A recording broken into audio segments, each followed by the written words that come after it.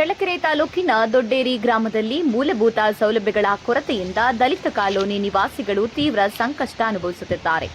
ದುರ್ಗಮ್ಮ ದೇವಸ್ಥಾನದ ಸಮೀಪವಿರುವ ದಲಿತ ಕಾಲೋನಿಯಲ್ಲಿ ರಸ್ತೆ ಇಲ್ಲ, ಚರಂಡಿ ವ್ಯವಸ್ಥೆ ಇಲ್ಲ, ಬೀದಿ ದೀಪಗಳೂ ಇಲ್ಲ.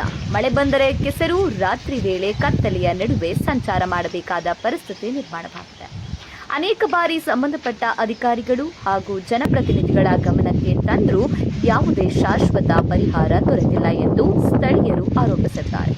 ಕನಿಷ್ಠ ಮೂಲಭೂತ ಸೌಲಭ್ಯಗಳಾದ ರಸ್ತೆ, ಚರಂಡಿ ಹಾಗೂ ಬೀದಿ ದೀಪಗಳನ್ನು ತಕ್ಷಣ ಕಲ್ಪಿಸಿ ಕಾಲೋನಿ ನಿವಾಸಿಗಳ ಸಮಸ್ಯೆಗಳನ್ನು ಪರಿಹರಿಸುವಂತೆ ಸರ್ಕಾರ ಹಾಗೂ ಗ್ರಾಮ ಪಂಚಾಯಿತಿಗೆ ಸಾರ್ವಜನಿಕರು ಆಗ್ರಹಿಸಿದ್ದಾರೆ. ಇನ್ನಷ್ಟು ಸ್ಥಳೀಯ ಸುದ್ದಿಗಾಗಿ ವೀಕ್ಷಿಸ್ತಾ ಇರಿ ಜನಧ್ವನಿ ನ್ಯೂಸ್.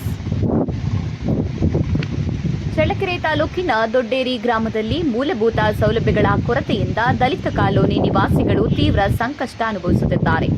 ದುರ್ಗಮ್ಮ ದೇವಸ್ಥಾನದ ಸಮೀಪವಿರುವ ದಲಿತ ಕಾಲೋನಿಯಲ್ಲಿ ರಸ್ತೆ ಇಲ್ಲ, ಚರಂಡಿ ವ್ಯವಸ್ಥೆ ಇಲ್ಲ, ಬೀದಿ ದೀಪಗಳೂ ಇಲ್ಲ. ಮಳೆ ಬಂದರೆ ಕೆಸರು, ರಾತ್ರಿ ವೇಳೆ ಕತ್ತಲೆಯ ನಡುವೆ ಸಂಚಾರ